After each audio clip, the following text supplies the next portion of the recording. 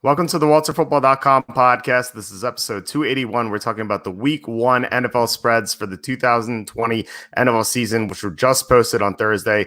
Joined once again by Jacob Camenker, the owner of the most accurate NFL mock draft from 2020. Jacob, how are you? I'm doing great. I'm looking at myself on this webcam, and I look a little bit like Gritty today. Did not plan that, but I appreciate the whatever the word is, the praise for my mock draft. That's not the word I'm looking for, but I can't remember it. But just excited to be talking about some spreads and some actual live sports that'll hopefully be coming our way in a few months.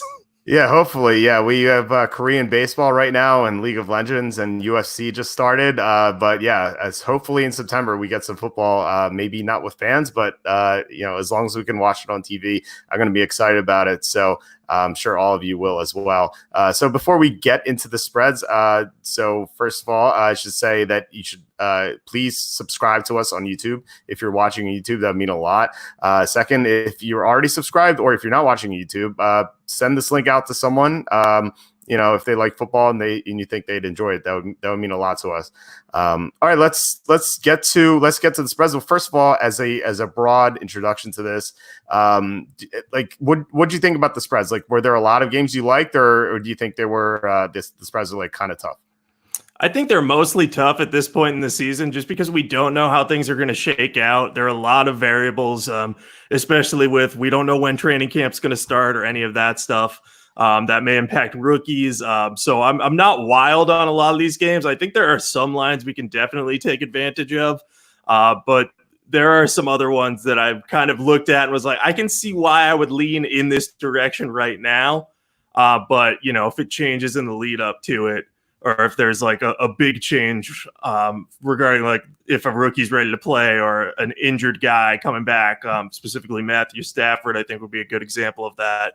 It's a little bit kind of tricky to figure out those ones. But there are a lot that I really like certain leans on it right now. I'd probably say like of the 16, there are 10 that I have a what I feel like is a pretty good read on it. So at this point in the offseason, that's I'd say that's pretty good.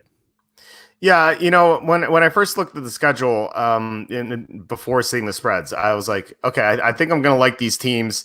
It just feels like they're in good situations, and plus, like as I'll discuss later, like why. But then when I saw the spreads, I'm like, oh man, these are so good. It feels like the people who made these spreads were locked inside and they didn't have anything better to do. So they really concentrated and they got the numbers accurately.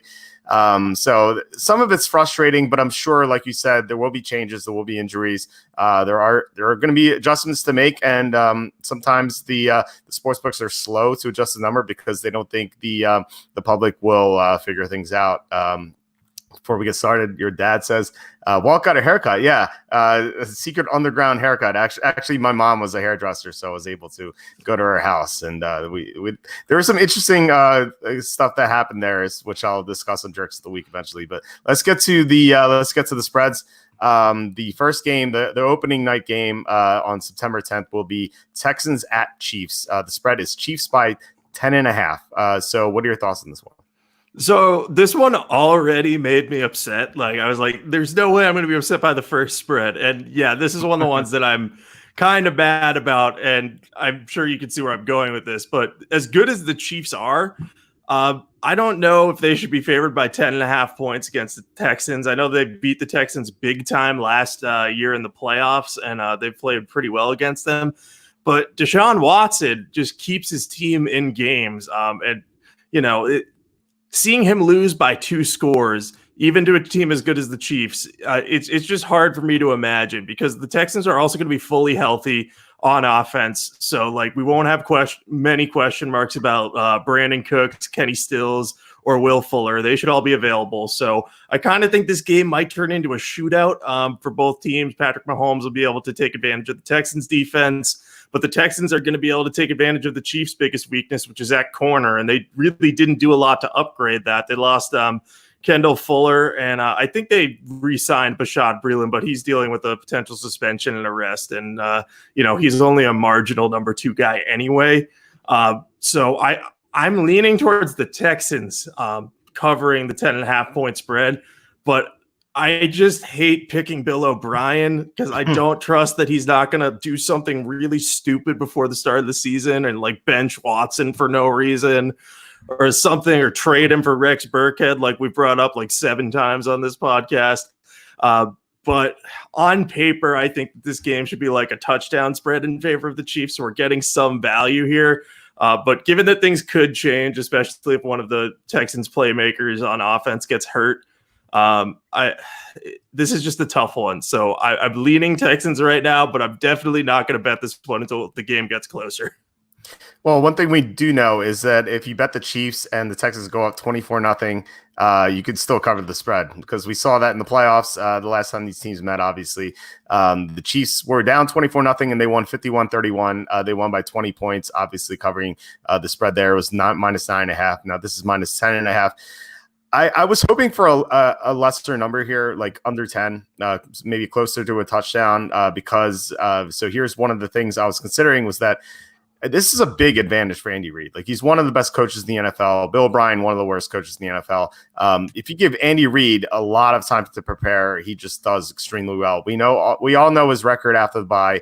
He has a great record in week 1 as well, and that makes a lot of sense. So he's going to come prepared for this game. I don't know, 4 months to get ready for this. So I think that just gives the Chiefs such a big advantage. And I think that's why I'm going to lean toward the Chiefs. Unfortunately, 10.5 is a huge number, and Deshaun Watson can get a backdoor touchdown.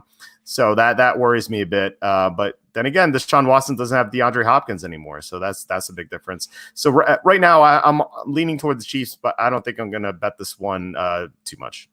Yeah, the Andy Reid point is like the number one reason to go for the Chiefs. He's just so good with extra time to prepare. And now that he finally has a Super Bowl ring, it kind of feels like he's properly among like the top 5 coaches in the league, which before the only big debate was he doesn't have a ring.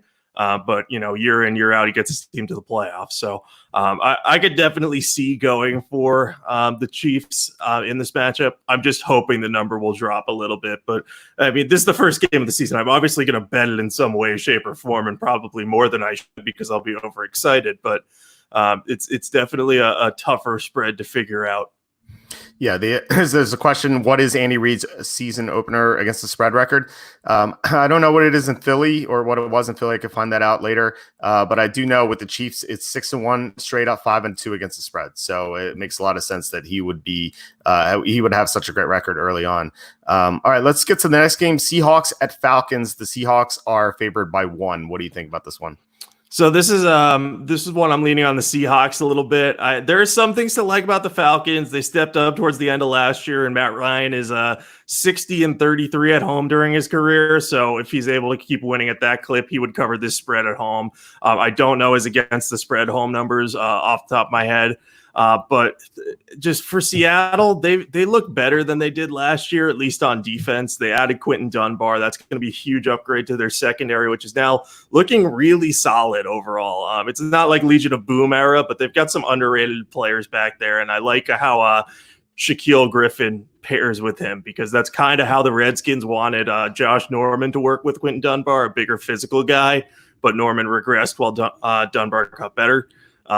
So I think that's going to be a big advantage for the Seahawks. And meanwhile, the Falcons have a pretty bad back 7. I think I like their safeties, but they only have one player at linebacker right now, Deion Jones. They lost Devondre Campbell.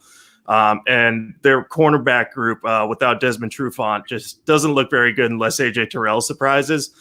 So I think Russell Wilson's going to have an easy time throwing against them, making plays there. And Dan Quinn coached under Pete Carroll as defensive coordinator, and I would give the advantage to Carroll in that situation, going up against a former pupil of his. So I'm going to lean with the Seahawks here. I know the Falcons, again, are good at home, and it's an early game for the Seahawks, but I don't think it'll be that much of a problem. I'm going with the better quarterback and the better overall team, and most likely the better coach as well. Yeah, I am too. If Kenny's listening to this, I'm sure he's thinking this is the Kenny special, the West Coast team playing on the East Coast at a 1 p.m. start time. But Seattle's actually been good in this role in recent years. I think ever since Mike Holmgren left, they've been they were terrible under Holmgren in this situation, but under Pete Carroll, they've been a lot better on the East Coast in these 1 p.m. start times. So I think they're going to be fine in Atlanta. I totally agree with what you said about Atlanta secondary. One of the worst in the NFL. Like safety, it depends on how healthy Elam is because he always seems to be injured. But their cornerbacks are terrible, and it seems like Seattle and Russell Wilson should be able to throw all over them. With DK Metcalf, I expect him to have a big year, and of course they have Tyler Lockett and a bunch of tight ends to attack that linebacking core. So it just seems like Seattle is a much better team. I feel like if this game were to take place in like week 8, Seattle will be favored by 3.5. So I think we're getting a good number with Seattle -1. All right, next game, Eagles at Redskins. The Eagles are favored by 6. So what do you think about this game? Yeah, so this is like obviously a big number for a road game for the Eagles, but they've won 6 in a row against the Redskins, and that's why they're a road favorite of this caliber. This is a game that I'm going to have trouble betting on until we get closer to the season, because one of the big variables is how is Dwayne Haskins looking in the lead up to the season. If he is playing better and making strides under Scott Turner and Ken Zampese, who's by all accounts a very good quarterback coach at the next level, this number might be a little bit high, but I think as it is, this is a fair number, and the Eagles would be the way that I lean. They're outscoring the Redskins during their 6-game winning streak by 12.8 points, and on the road, that number balloons to 14 points per game. And the Redskins don't have a very good secondary right now. It's kind of Landon Collins and everyone else. Kendall Fuller was a good signing in free agency. Don't get me wrong there. And I like Sean Davis's upside, but they're kind of trying to figure out how things shake out back there. And I think the Eagles, with a fully healthy receiving core and fully healthy tight end position, will be able to create some mismatches, take advantage of that, and ultimately cover this spread. I'll never count out Ron Rivera because he's so great at motivating his team, but I'm leaning on the Eagles for now until we can see a little bit more of how the Redskins look under the new coaching staff. So something to worry about with these new coaches, and Ron Rivera's obviously been around, but he's a new coach in Washington. How can they prepare these teams to play for the first time? Because they're not going to have as much practice time as usual because of the pandemic. So I think there might be a tough transition for these new coaches. So that's what I worry about with the Redskins. And something else, we don't know if they're going to be fans in the stands. I can't imagine that we're going to have a full stadium. We might have like every third seat, every fourth seat or something, or maybe no fans in the stands at all. But if we do have fans in the stands, I have to believe that there are going to be more Eagles fans in the crowd than Redskins fans, because the Redskins, for whatever reason, they just don't show up to these games. And the Eagles, it's a very short road trip for them. Eagles fans always invade Washington Stadium. And so the Redskins just have a dubious home record against the spread, kind of like the Chargers do. I'm leaning toward the Eagles. I'm not very excited about this number. Like -6 seems fair. But given those two factors, I think I would like the Eagles. Yeah, and I definitely agree with the stadium's going to be more Eagles fans. I think the coaching change will win some fans back, at least in the early stages for Washington, but they're going to want to see some on-field results before that happens, because I think often under Jay Gruden, there was like this kind of enigmatic energy around the team where it was like they either weren't quite performing up to where they should be, or they were like on the cusp of being good but couldn't quite get there. I think if things had gone differently when Alex Smith got hurt, we may be talking different about Redskins fans, but right now they just aren't super bought into this team. But I think because of all the changes that have been made this offseason, they'll feel better about it for sure. Yeah, we'll see. Question here: what is the lowest spread for Week 1? Well, I imagine it's pick'em, but I think if you're asking highest spread, I remember back in I think it was 2003, the Dolphins were like -13.5 or something against the Texans, and they lost outright. I remember having the Dolphins in Survivor and just being super frustrated. So yeah, that's definitely happened. So the highest spread we've seen is Week 1's usually less because there's uncertainty. So it's not frequent to see double digit point spreads, but we already saw one already. All right, Dolphins at Patriots. Patriots are favored by 6.5. So this is your account. What do you think? So I think the Patriots should be favored here. I know that they've lost a ton of talent, not just Tom Brady. They've also lost Jamie Collins, Kyle Van Noy, Landon Roberts, Duron Harmon, Ted Karras. The list goes on. And, they didn't really fix their receiver position, which they should have done this offseason. And it looks like they're going to trust Jarrett. It's fine, but I'm not a big believer in Stidham. I've said numerous times since he was in the lead up to his draft, his pocket presence just isn't good. But I trust Bill Belichick with extra preparation. There's no reason not to. He's also going to be super motivated to win without Brady and to win against the Dolphins team that beat his team in Week 17 in one of probably the worst losses of the Belichick era. So I would lean towards the Patriots. This number is a little bit higher than I'd like if we're trusting a guy who's making his first NFL start. But at the same time, the Dolphins aren't very good. They've upgraded their team and they play hard, and Brian Flores will have motivation. But I think that Belichick's going to find a way to beat up on his former defensive coordinator. And, if Tua starts, which I don't think will happen, Belichick's very good against rookie quarterbacks too. So just kind of everything in this game goes in favor of the Patriots. And one more point, they have a terrible schedule this year, so they need to win all the winnable games they can get. So best be sure Belichick knows that, especially in Week 1. Yeah, so when I first looked at the spread, I thought it was a little too high because I expected like 3.5, 4, something like that, maybe 4.5, and then I saw 6.5, and I was kind of frustrated. But now, like the more I think about it, I'm thinking like this should be 7.5, 8, 8.5, 9. Like the Patriots are so much better than the Dolphins. Like I don't care that Tom Brady's not there anymore. Like that will matter against better teams. Against the Dolphins, I don't think it'll matter. The Dolphins are not a good football team. They can't block. They still have Ryan Fitzpatrick at quarterback unless Tua gets ready. And your point about Tua going against Bill Belichick is a great one. The Dolphins, outside of receiver, they don't really have. I guess cornerback, they really don't have much going for them. They have no pass rush either. So it feels like the Patriots should be able to protect Stidham pretty well. And Stidham he should be fine. Like I feel like I don't think you have a great game against the cornerbacks, but he can attack the linebacking core. I think it'll be okay. And then another point that I made earlier, like with Andy Reid, the same applies here with Belichick. If you give Bill Belichick 4 months to prepare for a game, I think he's going to take advantage of it. Like in recent Week 1s, we've seen him destroy superior teams. Last year against the Steelers on Sunday night, he obliterated them. The year before against the Texans, everyone thought the Texans were going to play closely and have a big year, and Belichick blew them out until late when Watson got a couple of scores. So I think it's going to be the same thing. I foresee a Patriots blowout in this game. Yeah, I don't know if I'd go that far because again, I'm mad at the Patriots for not taking Jake Fromm in like the 5th round of the draft and picking a kicker who didn't need to be drafted. Just because I wanted to see Fromm compete with Stidham because I don't believe Stidham that much. But I could easily see them beating the Dolphins. And I think that this number, again, not my favorite, but like you said, the more I think about it, the more I'm like, I just can't imagine Belichick and the Patriots losing this game unless like something catastrophic happens to the team. Yeah. All right. Here's a surprising one. Packers at Vikings. Vikings favored by 3.5. I expected to see a lesser number than that. So what do you think about this game? Yeah, I also expected to see a lesser number than that.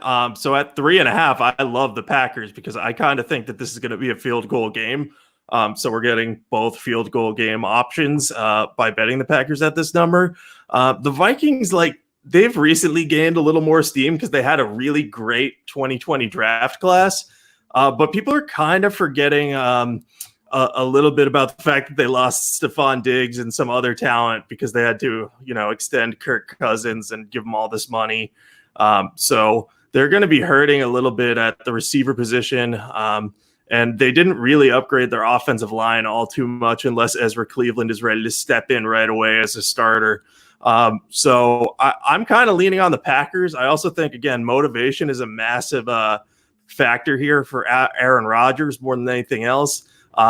He's going to have in the back of his mind that the team, instead of drafting a first-round receiver to give him a true number 2 weapon, that they took Jordan Love to be, their future beyond Aaron Rodgers. So he's going to be pissed off about that, and he's going to do everything in his power to get a big win and show the team, I still have it.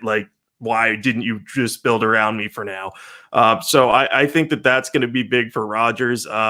I think his weapons should have an easy time getting open against the Vikings cornerback group, because it's going to be a very, very young group. They may have 2 rookies in their top 3. And as much as I like Jeff Gladney and Cameron Dantzler, I don't know how they're going to be in week 1 against Aaron Rodgers. So I'm definitely favoring the Packers here. I thought this would be a lower number, maybe a 1.5 or 2 for the Vikings. So getting a 3.5 is really, really good. So this is one of the frustrating numbers that I was talking about. So when I saw Packers and Vikings, I'm like, okay, this number's going to be 1.5 or 2. I'm going to take Minnesota. I'm going to be thrilled with it. And then this is 3.5. So even at this number, I still like the Vikings. So I get Aaron Rodgers, and like, he might keep this game close. But in recent games, like at San Francisco, a couple of times last year, he just got blown out. We've seen we've seen a decline there. I feel like his roster is just a lot worse than Minnesota's, and Rodgers is not the same quarterback we once saw a few years ago. He's still great and everything, but he's not one of the best quarterbacks in the NFL anymore. I think he's in the second tier. I think with Mike Zimmer having lots of time to prepare, like kind of a running theme here, with the best coaches in the NFL having lots of time. Mike Zimmer in week 1 with the Vikings, obviously the only team he's been a head coach for, he's 5-1 against the spread in week 1. So and we all know that Zimmer off a bye has a great track record as well. So it's a tough time. It's a tough situation to fade Zimmer in, and plus Green Bay losing Brian Bulaga, I think that's a huge loss. Minnesota's defensive line is great. Even without Everson Griffin, they still have some great defensive linemen, and I feel like they should be able to win in the trenches. I feel like on both sides, maybe. So I like Minnesota here. I know fading Rodgers is, might make me feel stupid, but I love Zimmer, and I love Zimmer having 4 months to prepare for a team. I will say this. I wrote in my notes that if this number was -3, I probably wouldn't be betting, but we would be leaning Minnesota. Just because I do think there's a chance that they win this game. So your point to Zimmer is obviously correct. And I completely forgot about Brian Bulaga leaving. I read Rick Wagner's name on their depth chart, and I was like, yeah, he's been there for a while. Was wrong. He's in the NFC North, but he was not on the Packers. So that could definitely make an impact there. I'll still stick with Rodgers because I love the motivation angles in week 1. And I kind of feel like he's going to come out just really pissed and firing on all cylinders. But the case for the Vikings is also a strong one. I think this is going to be a really exciting game in week 1. Could be. You could definitely be right. Rodgers could have a 400-yard game. And like I said, I feel stupid for betting against him. But, Zimmer's a great guy to bet on as well. The question about the Patriots game. The Patriots game is in Foxborough. So I don't think the humidity is not going to play a factor. We are going to post this as a podcast. You can download on iTunes or any streaming device. So you can get it there probably a couple hours after the show. And then I'd like to have your thoughts on KJ Hamler. So we talked about that last week, I believe, but real quickly, Hamler, I feel like is not going to produce right away. I think he's raw, but I think he has great upside, and maybe 2021 is when he starts really playing a factor in Denver's offense. What do you think?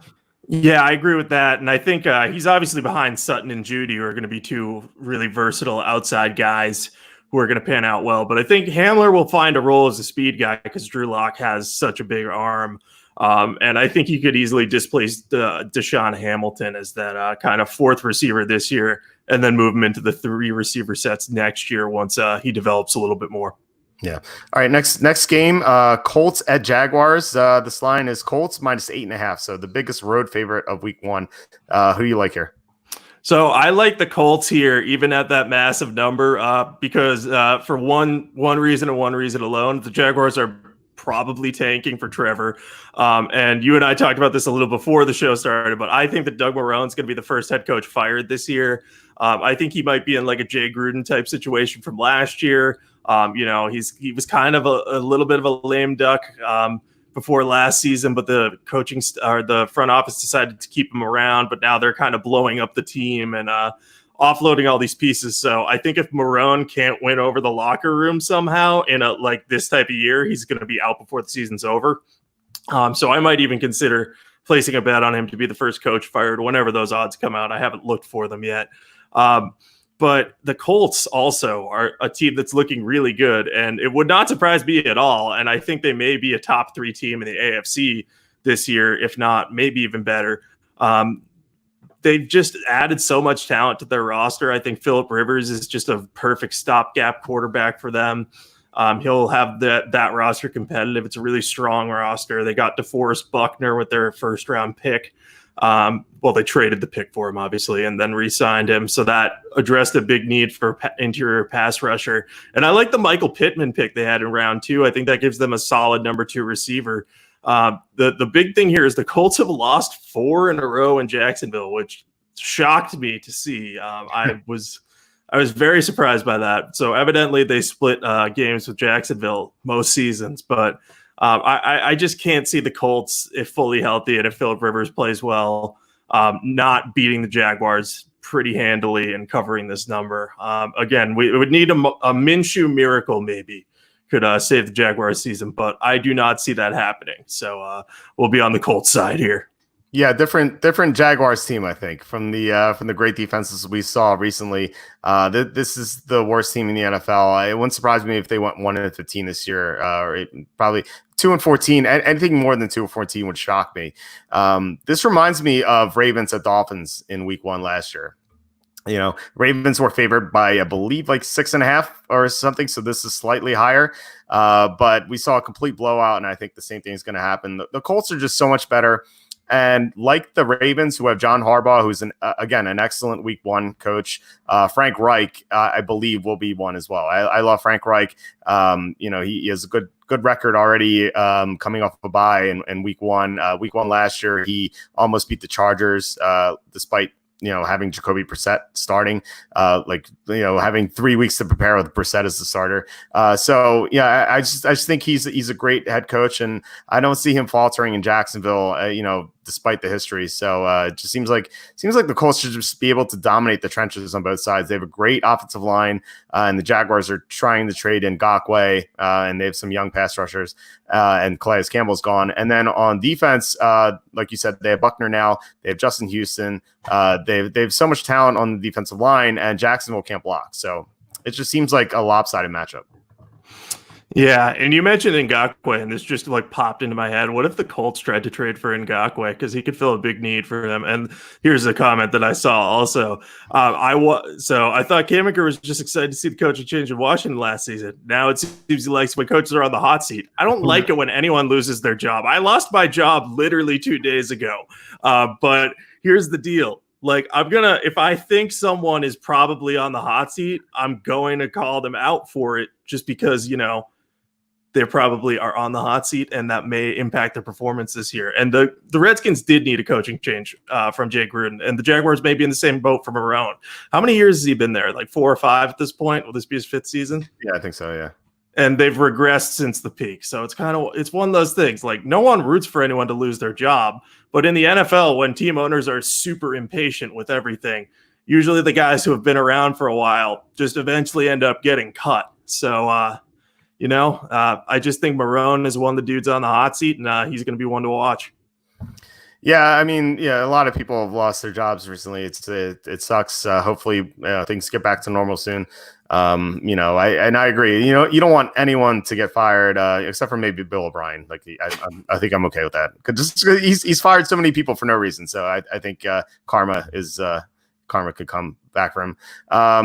We have this question here about the spread during last season. At any point, was there a push in the spread? Yeah, there have been lots of pushes. It just happens. We even had a tie in Week 1. So that's definitely going to happen. Our next game is Bears at Lions. The Lions are -1.5. So what do you think here? Yeah, this is I've referenced this in the opening of the show. I think this line super favors the Lions. I mean, -1.5. They're the home team, and this is another coaching staff that's on the hot seat. I mean, both the coaching staffs in this game are their seats are a little bit warm, but Matt Patricia needs to win this year to make sure that he's going to be able to stick around in Detroit. And I think he's going to have his team super motivated to take care of that. And, they've added a lot of talent this offseason. I know that they signed Jamie Collins, and that strengthens their front seven, which I had previously thought was somewhat weak. I know they have some holes up there aside from Flowers and Collins, and linebackers not a big strength. But, they have a lot of guys that can do a lot of different things. But the Bears, they don't look like a good team. Like everyone's remembering a couple years ago when they made the playoff run, but now they've got a quarterback question on their hand. Not that they didn't before, but now it's like Nick Foles versus Mitch Trubisky. And I think Foles wins there, but Foles hasn't had a ton of success outside of Philly. And then the Bears defense, that's really the area that they've regressed in pretty immensely since their great season. They still have Khalil Mack, and they still have Kyle Fuller. So they got some really great players there, but they don't have a number 2 cornerback right now. And they really don't have a great pass rusher across from Mack. And, Robert Quinn might be that guy, and that's why they paid him a lot. But scheme fit wise, he's not great in a 3-4. We've seen it before when the Rams switched from a 4-3 to a 3-4. Quinn struggled and was traded away. So I don't know if he'll be better in that now that he's more of an experienced veteran, but we'll definitely see. But I just don't see the Bears being a super competitive team this year. I think that they're good enough to win some games, but I think the Lions should be favored by 3 at home in this one. So I'll be all over them at 1.5. Yeah, I think so too. I think people don't realize how bad the Bears are. Like you said, they were great 2 years ago. The problem was that their offensive line really took a big hit. Kyle Long retired, and then their 2 tackles from last year, Charles Leno and Bobby Massey, they really struggled, and it seemed like they got a lot older, and maybe they rebound this year, but I don't think so. I think there's more of a chance that they continue to struggle, maybe regress even more. And then you have Nick Foles, who, if everything's right for him, obviously he can win the Super Bowl, but that's not the case in Chicago. He's not going to have the blocking. I feel like the Lions can get to him, and the Lions now have Jeff Okudah now as well to help a corner. Just seems like, I think the Lions are a slightly better team. People might forget last year, and I kind of know this because I've been rewatching the 2019 season. I'm up to week 7 right now, and the Lions are pretty good last year. Like they went toe to toe with the Chiefs. They almost beat the Packers. They would have beat the Packers Monday night if it wasn't for those 2 bad calls. They beat the Eagles in Philly. They beat the Chargers at home when the Chargers were healthier. And they had the Vikings on the ropes at home, and then they lost several players in that game in week 7, including Snacks Harrison. So the Lions just suffered a ton of injuries late in the year, including Stafford. So if Stafford's healthy, which is obviously a big question mark, so I wouldn't bet this game now, but if he's healthy, I think the Lions should be able to win this one. Yeah, Stafford's definitely the big question mark in this one. Because I don't even remember who their backup is anymore. My brain is still saying Matt Castle, but I know that's not right. But they signed Chase Daniel. That's right. Okay, so Chase Daniel is solid enough as a backup, so he could probably win some games. But I wouldn't even be surprised if he beat the Bears if he had to start. But I wouldn't bet on him at that number. But Stafford if Stafford plays, this could be a big win for the Lions and kind of ease some of the concerns around Patricia's upcoming season. Yeah, Chase Daniel, major revenge game, right? So I think if he starts, the Bears are probably favored, maybe even by 3. And I like the Lions at that number. I would too. Okay, Browns at Ravens. Ravens favored by 8.5. What are your thoughts on this one? This might be my least favorite game to bet on because I hate the number. Just there's something really ugly about the 8.5 there. I can't explain exactly what it is, but it's like 2 conflicting things here. John Harbaugh, my goodness, wrong Harbaugh brother there for a minute. Harbaugh against the spread with time to prepare is excellent. So, he falls into that Zimmer, Andy Reid, Bill Belichick category. He's always been good at that. But Baltimore against the spread last year was only 10-7. They did lose outright to Cleveland at home in what was a disappointing year for Cleveland. And I think Cleveland matches up well against the Ravens with a couple of their weaknesses. Marshall Yonder retired. So the interior of the Ravens offensive line isn't as strong as it once was. And, you know, the Browns have a pretty solid interior defensive line. They got Sheldon Richardson, Larry Ogunjobi, and they drafted Jordan Elliott. So they might be able to force Lamar Jackson out of the pocket and slow down the run game a bit, which could go a long way toward keeping this one close. And then on the other side of the ball, I just think that Baker Mayfield's going to have better blocking, and the Ravens don't have a great pass rush. They still have Matt Judon, but aside from him, they added Calais Campbell, but aside from those two, I'm just not sure that the Ravens will be able to get a ton of pressure on Mayfield. So I like the Browns here right now, but this is also another one of those like first-year head coaches could have his training camp cut short. So I imagine I'll probably end up on the Ravens by the end of this. But right now I'm leaning Browns, and I'm not even considering betting that. I can't bring myself to do it. Yeah, I hate this number as well. I like the Browns this year to rebound. Everyone last year had them in the Super Bowl. Like they were the third highest favorite to win the Super Bowl in Vegas. Like they were like 10-1 or 8-1 or something like that, something crazy like that. And they disappointed. The problem was their offensive line was terrible, and then Odell Beckham got injured. He played injured. Beckham's healthy now, and their offensive line's a lot better. They drafted Jedrick Wills, and they signed Jack Conklin away from the Titans. So I feel like they have one of the better offensive lines in the NFL. And you know, like you said, the Ravens don't get much pressure on the quarterback without blitzing. So they're gonna have to blitz a lot to get to Baker Mayfield, and Mayfield I think should rebound off of what was a disappointing year. The problem is that, you know, and you touched on it, John Harbaugh, excellent week one coach, and then you have Kevin Stefanski on the other side coaching for the first time. I just think that's such a huge advantage to Harbaugh, and I think the people who made the spread know that very well, and that's why they made this line so high. I think they expect the Ravens to win in a blowout. And I could see, you know, if this game were in week 6 or week 7 and both teams had 6 days to prepare, I think this would be a close game. But I think in week 1, the situation warrants that Baltimore is the right side. That's what I think anyway. Yeah, no, definitely makes sense. You could really convince me either. You could make like 7 different arguments from both sides of this, and you'd probably sway me every time. So, yeah. It's a tough one for sure. And as Roca comments on the Hammer Brothers back there, yeah, there's more like that. You can't really see all of it, but yeah, it's definitely there. It's World 9-1, I guess. All right, Jets at Bills. Bills favored by 5.5. What do you think? I like the Bills in this one. I just think that they've made some serious upgrades to their roster, and I think they're going to be super competitive this year. The Jets were better than people realized last year when they had both Sam Darnold and Kelvin Beachum on the field. So I'm not like entirely writing them off, but the Bills added Stephon Diggs. They added edge rush talent, AJ Epinesa in the draft, Mario Addison in free agency, and then they added Quentin Jefferson and Vernon Butler at the defensive tackle spots. So I think that they're just well positioned to have a much better roster than they did last year. Things on offense kind of fall into place a little bit.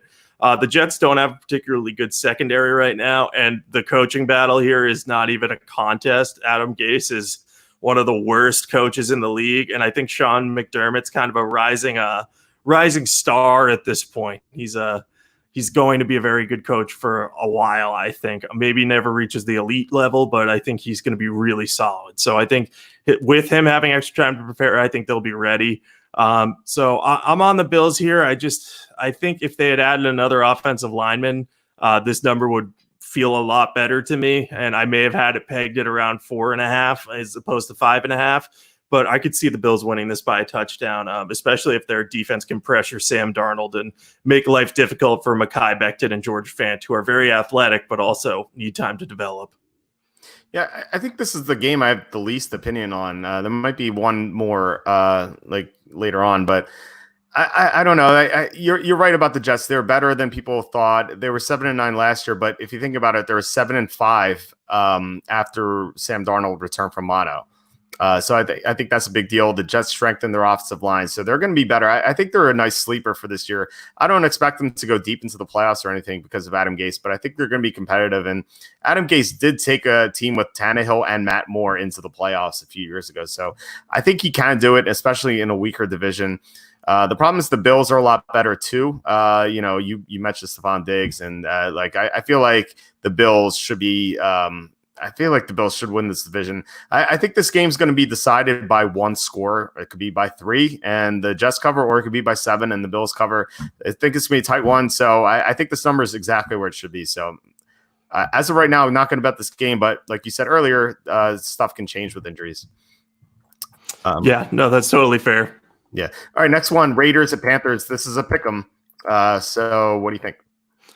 So I hate the fact that this is a pick 'em because I've on podcasts maybe a couple months ago, I predicted that the Panthers would get the number 1 pick in the 2021 draft, and I'm sticking to them being in that top 3, top 5. I think the Jaguars will out-tank them this year. But I hate that this is a pick because Teddy Bridgewater is 19-4 against the spread in his last 23 starts. I'm pretty sure. I think it might even be 20-4 in his last 24. He's just unbelievable against the spread. And the Panthers have great fans who are going to want to welcome Matt Rule in and kind of get that stadium rocking. I know a little bit about that because I lived a half a mile away from there and could hear the cheers when they played the Saints on Monday Night Football in a year where they were not very good and Cam Newton was not very healthy.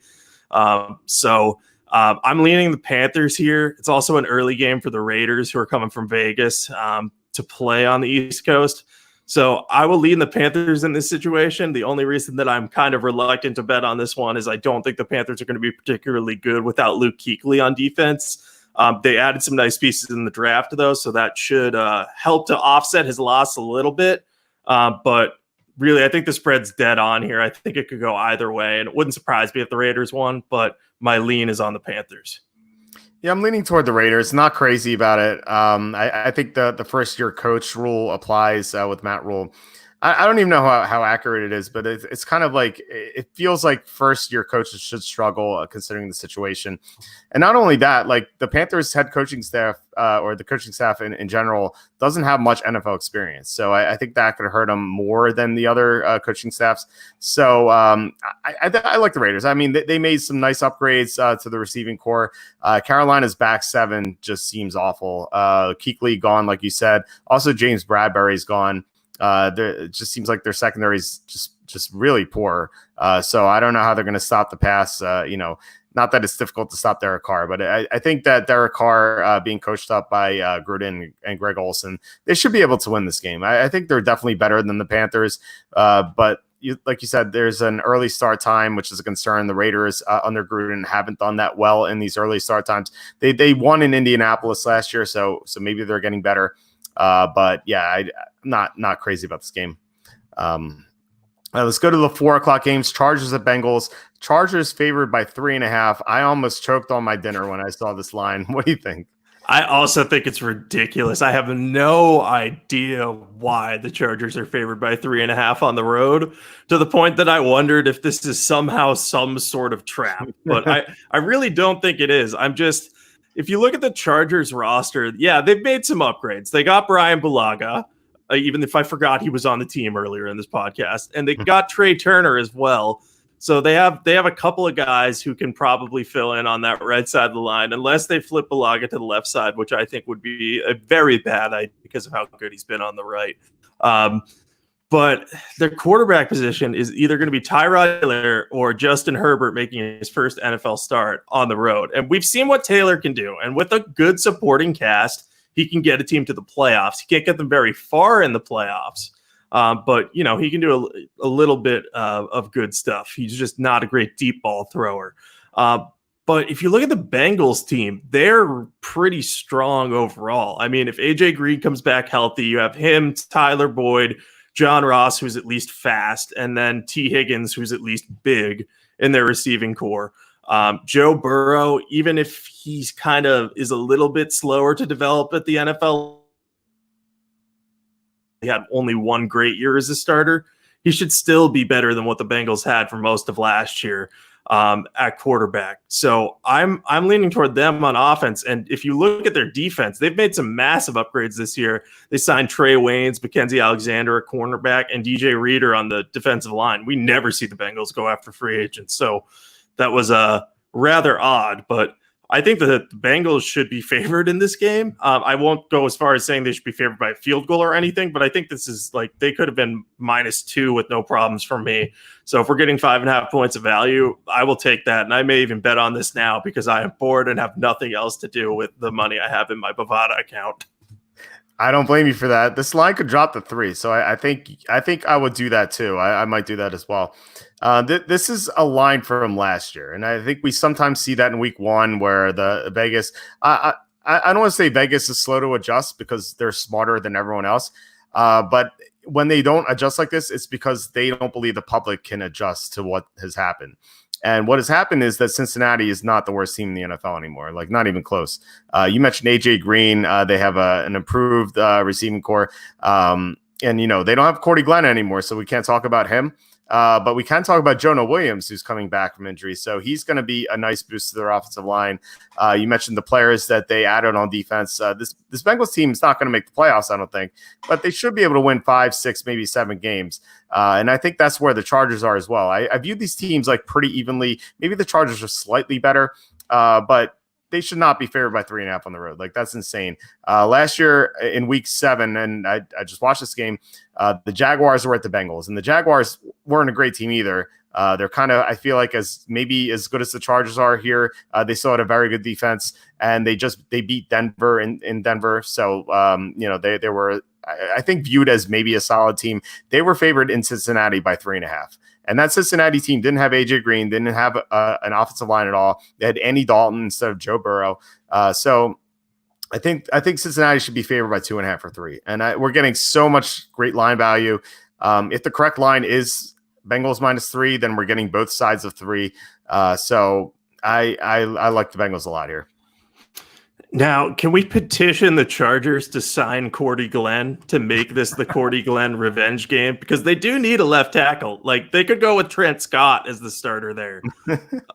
But could also just sign our good friend Glenn, make Sam Tebby the swing tackle, and have a couple veterans there to protect Tyrod and Justin Herbert. So I'm going to try to speak that into existence, which my record with that is a lot worse than other people are with it, but we'll give it a shot. I love that suggestion, and it just means that we won't be getting away from Cordy Glenn talk with the Bengals. What if Cordy Glenn just followed every team that was playing against the Bengals? Just maybe he's a viewer of the podcast and he just requests it. I think that'd be funny. That would be awesome. That would be like the NFL mercenary story about someone trying to get revenge on a team they felt wronged him. I would love to see that happen. I know it's not possible, but that would be insanely funny. Well, I'm rooting for it. All right. The marquee game of week 1, Buccaneers at Saints. So it's Tom Brady versus Drew Brees, which we saw once every 4 years. Now we're going to see it twice per year. It's exciting. Saints favored by 4.5. I thought this was kind of high. What do you think? I also thought it was kind of high. Like, I have obviously no qualms about the Saints being favored in the Superdome, but I think this isn't giving Brady enough credit. I think he'll mesh pretty easy with the weapons that the Buccaneers have available for him. I mean, Mike Evans, Chris Godwin, Gronk is there now, OJ Howard, Cameron Brate. I mean, the list goes on in terms of guys he can throw to. And the Saints have been notoriously slow starting at times. 2 years ago, they played the Bucs in week 1. I can't remember if that was a home game or if that was a road game. Home game. It was a home game. Okay, yeah. So that was the Ryan Fitzpatrick Bucs. And it was horrible because I had the Saints in Survivor and they just couldn't defend anything. Like, they were getting shredded the whole game by Fitzpatrick. And I don't think that'll happen again. I think the Saints are too good of a team for that to happen. But I also think the Bucs are going to be really motivated to try to get a win. Tom Brady's a really intense competitor. He's not going to want to lose to Drew Brees, and he's not going to want to lose by more than a field goal in his first game. So I think this is going to come down to a game-winning kick. So I really like the Bucs plus 4.5 here because I just see this being a field goal game. And this is another one I might bet now. I may not, just because I might want to see if, the spread gets a little more favorable for the Bucs side. I doubt it would, but you never know. But I love the Bucs here. I think this is going to be a really close game. Might be the best one of week 1. Yeah, I'm looking forward to it. Or any game, rather. Do you remember the last time, or do you know the last time Tom Brady was an underdog of more than 4 points in a regular season game? Oh man, it's got to be like 4 years ago, maybe. It was 10 years ago in 2010. My God. He was a 5-point underdog in Pittsburgh, and he won 39-26. Tom Brady getting this many points is just unbelievable to me. And yeah, I mean, Sean Payton is, you would expect Sean Payton to have a great record in week one because I consider Sean Payton to be a great coach. The problem is that, he's the lone exception. For some reason, the Saints are just awful in week one. I don't know why. I could pull up the numbers in a second, but Sean Payton just has a dubious track record in week one, and that includes the Buccaneers game, which you discussed. I had the Saints as well in Survivor, and that game actually made me realize how bad Sean Payton is in week one. I just don't understand. Sean Payton, the Saints since 2013, they are 1-13 against the spread in weeks 1 and 2. 1-13 against the spread. What is that? I don't know. So I don't expect the Saints to win by a lot. If they do win, it won't be by more than 4.5. I hate trends, but there's got to be something to this. I feel like there has to be. So yeah, I mean, Tom Brady plus 4.5. I'll take that all day. That's an unbelievable stat about Sean Payton. I knew the Saints were bad in week one and not great in week two, but I never would have guessed if you asked me in their last 14 week one and week two games. Never would have gone close to 1-13. It's amazing. And then I don't have the stats on this in week 3, but week 3 onward, they're just amazing. And they start winning. It seems like every year they start out 0-2, 1-1. People are like, oh, what's wrong with the Saints? And then they just rip off 8 wins in a row. It just happens all the time. Comment here. Maybe Sean Payton enjoys the summers. Maybe he's just not preparing for games and he's just lounging around in his beach chair. I don't blame him. But then to his credit, he picks it up and they're great in the middle and late of the season. All right, Cardinals at 49ers, last of the late afternoon games. The 49ers are favored by 8. Who do you like? I actually like the Cardinals on this one. I think the 49ers are going to be coming off a little bit of a Super Bowl hangover type thing. I know they didn't win, they lost, but I just think that the team's looking pretty similar to what it was last year, but I think the Cardinals have just made some massive improvements. I mean, they got DeAndre Hopkins for what amounted to David Johnson in a second-round pick, which is still ridiculous. Again, if you're looking to trade for anyone, trade with Bill O'Brien. And last year, we saw the Cardinals against the spread. They were kind of one of the surprising teams. If you go back, they were 9-5-2 against the spread under Cliff Kingsbury. They were one of the few teams that didn't have that great of a record that really consistently week in and week out was competing against the spread. I think that Kyler Murray is going to be better in his second season and with DeAndre Hopkins at the helm. And you have him, Fitzgerald, and Christian Kirk and Andy Isabella to throw in a UMass mention. But those guys are going to be able to expose the one weakness or weaker spot on the 49ers defense. They do not have great cornerback play. Richard Sherman is still great, don't get me wrong, but he's on the older side. He could take a step back. We often see corners completely fall off when that happens, and I don't think that's going to happen with Sherman, but you never know. And then across from him, there are a lot of different pieces they have, but they still haven't figured out a number 2 guy. So I like the Cardinals' chances of staying in this offensively. I think the 49ers ultimately win, but I don't think that they win by a touchdown. So getting 8 points here, I really like that. So I'll be on the Cardinals. Well, the Cardinals played the Niners closely twice last year. They almost won both games. Maybe not the first one, but it was tight. And then in the second game, they had a lead for most of the afternoon. And that was in San Francisco. So yeah, coming off a Super Bowl hangover, like you said, I think that could definitely hurt the 49ers. If this game were in week 8 or week 9, and the Cardinals, they of course have 2 tackles who always get injured. If they were both out by then, I think the Niners would kill the Cardinals because of the great defensive line. They would just be able to overwhelm Kyler Murray. We saw Kyler Murray struggle last year against teams that could really get after the quarterback. I remember the Panthers game; he just couldn't really function in that game. And the Niners have a great defensive line, obviously, but right now Arizona's offensive line is healthy, and we don't know how long that's going to last, but they are healthy right now.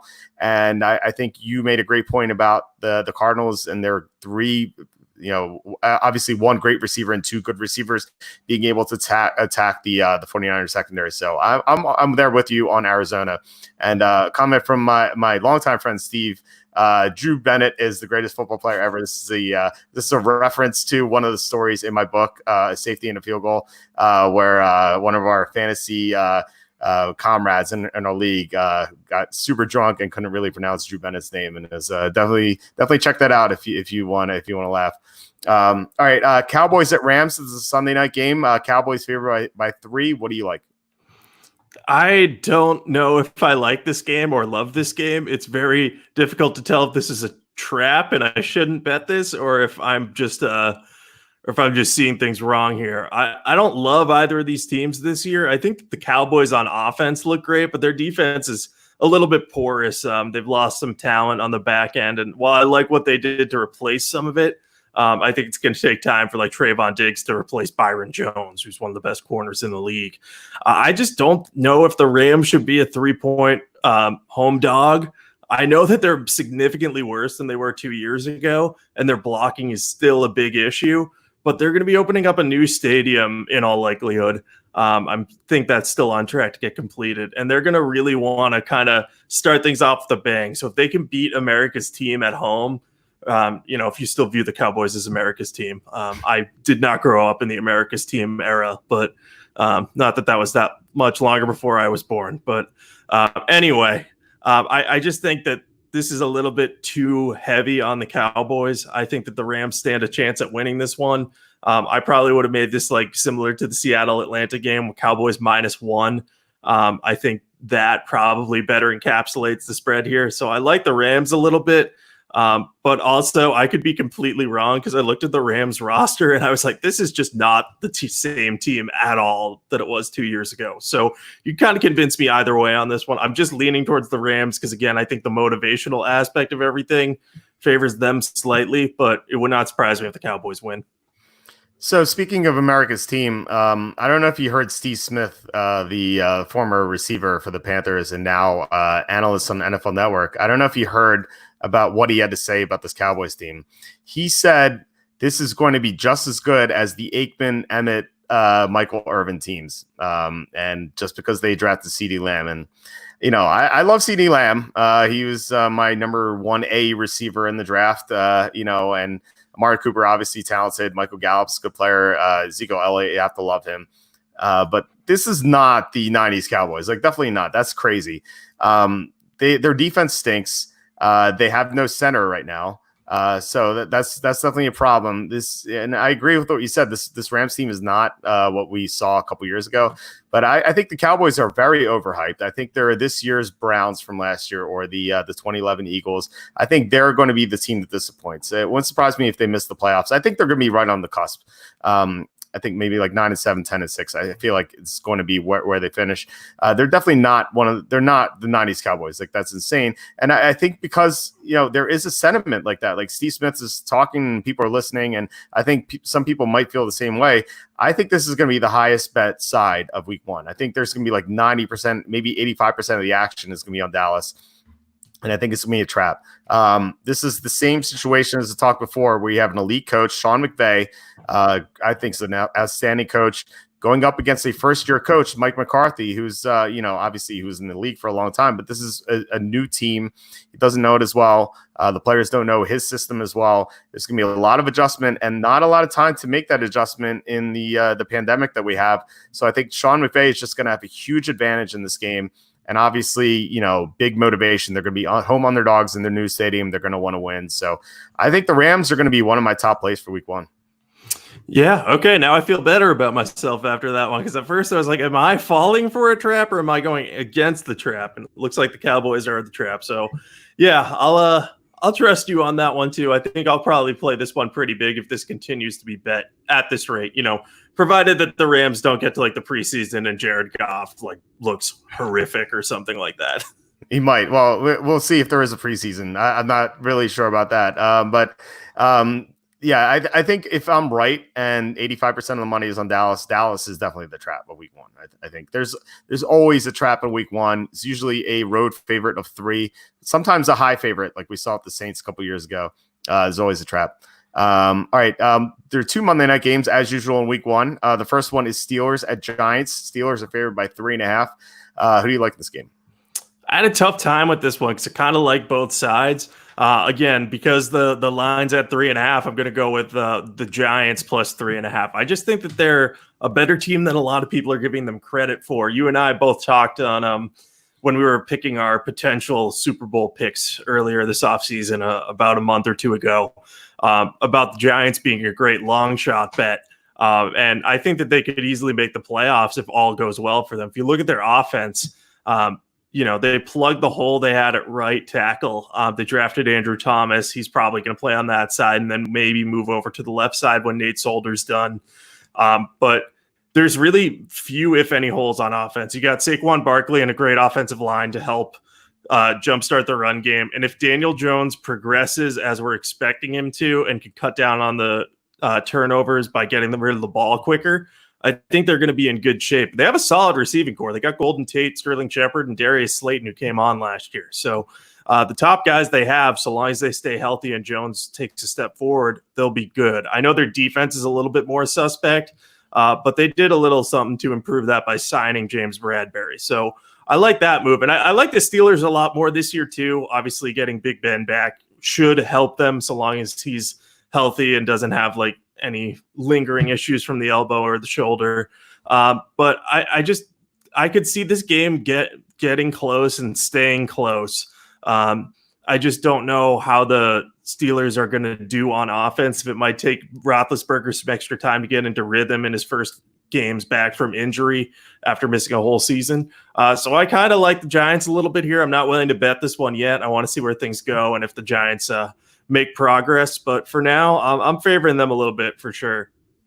Yeah, me too. I love the Giants this year. I think they're the team that is going to come out of nowhere and surprise people. We see this all the time with quarterbacks in their second year. Russell Wilson in the second year. Obviously, the Seahawks won the Super Bowl.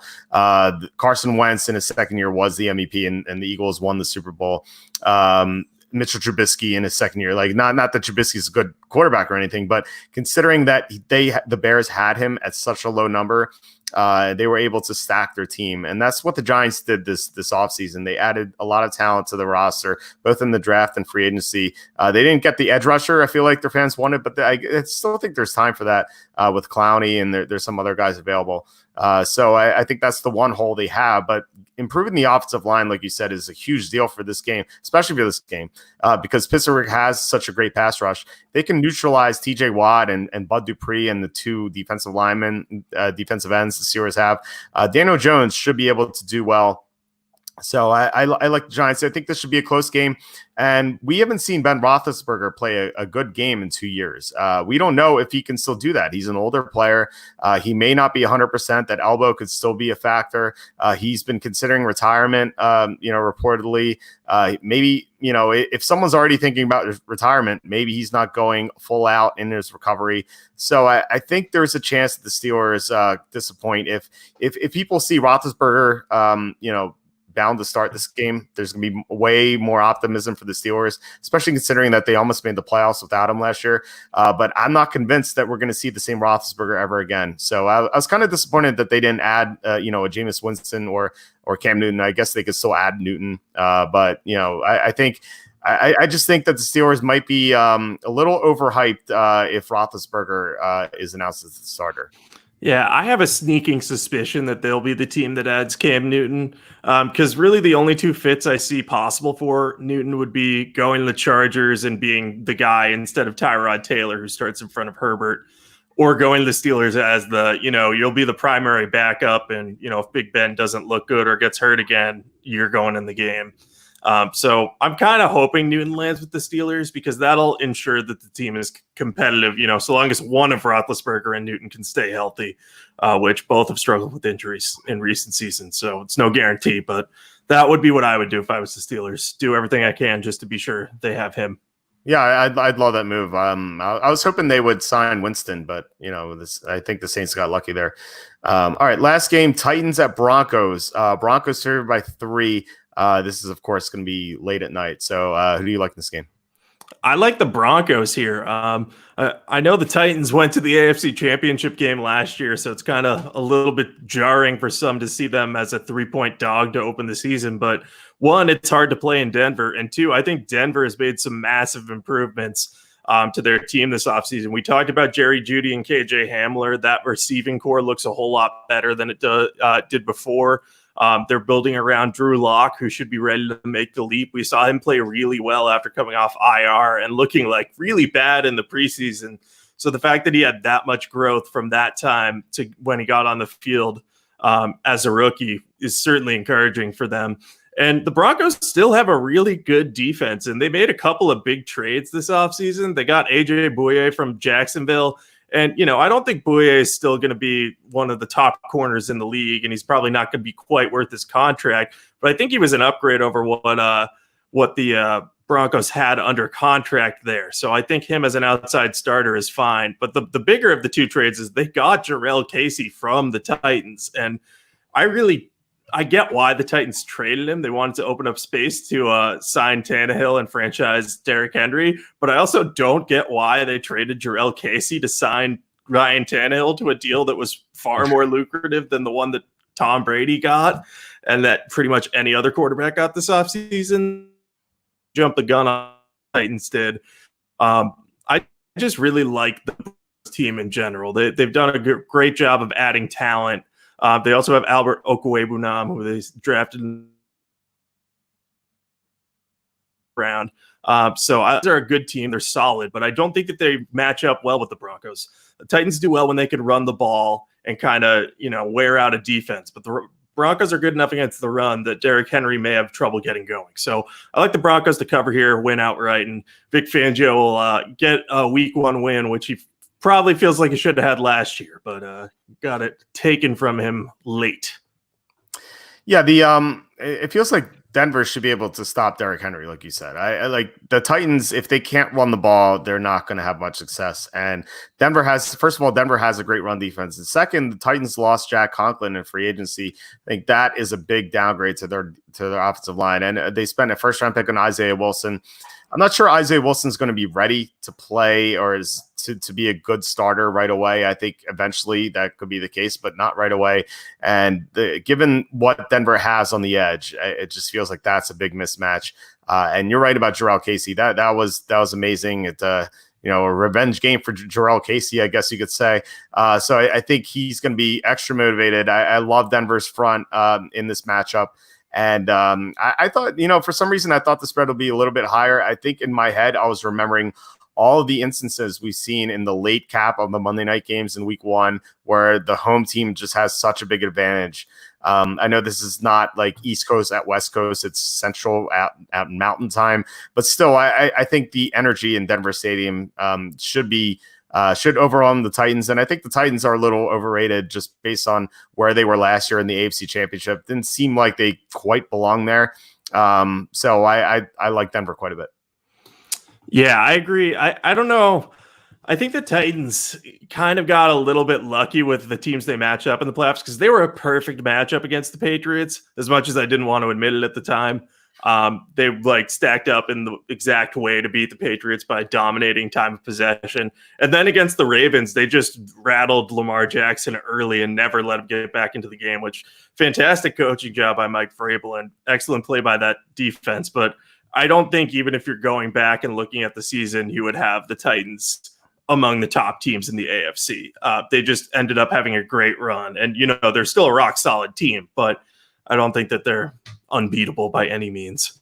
Yeah, Titans, they stopped the run well, and they went against the Ravens team that really wants to run the ball, and it was just a nice mismatch for them. And yeah, they rattled Lamar Jackson pretty well. So those are our thoughts on the Week 1 spreads. These are not our official picks. We will have official picks the Tuesday before Week 1. So I'm looking forward to that. So I'm definitely going to be excited for the season to begin, and excited that we won't have to bet on Korean baseball or League of Legends anytime soon. That's about it. Do you have anything to plug? Yeah, so as I mentioned earlier in the show, I'm not with NBC Sports Boston right now. Part of the COVID-related COVID-related layoffs right now, but hopefully I'll be back with them in the near future. Until then, you can catch my work at Rigo's Rag on the Fansided Network. I cover the Redskins, and I'll be on Twitter at Jacob Camenker sharing all my football thoughts and sports thoughts too. So you can catch me there. And I think you just brought up a comment that said the Redskins could be a team for Newton. I don't think they would have traded for Kyle Allen if that was the case. If they wanted Cam Newton, they would have either tried to trade for him or they would have signed him instead of trading for Kyle Allen. And they also have Alex Smith still under contract. He's making a lot of money, and even if he's not going to play, they can't really get rid of that contract. So I don't think that they'll go with Newton this year. I think they're going to trust the two young guys they got. But, stranger things have happened. There's definitely a connection there.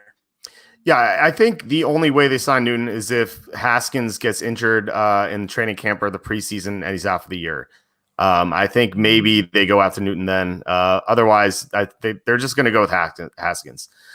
So I agree. All right. I'm at walterfootball.com. Again, please hit subscribe if you're watching YouTube or share this link. We're going to have tons of updates on walterfootball.com, updated 2021, 2022, and 2023 NFL mock drafts. NFL season previews start soon too, probably in a couple of weeks. I'm writing them up right now, and I'm rewatching 2019, as I said. Gone through about half the teams, and I'm excited to publish those. So definitely check back on walterfootball.com. Follow on Twitter at walterfootball. And I feel like next week we'll probably get into NFL season win totals, which I'm excited to write about as well, or talk about as well. So, all right, Jacob, I will talk to you next week. All right. Sounds good. Talk to you then, man. All right. Bye. Bye.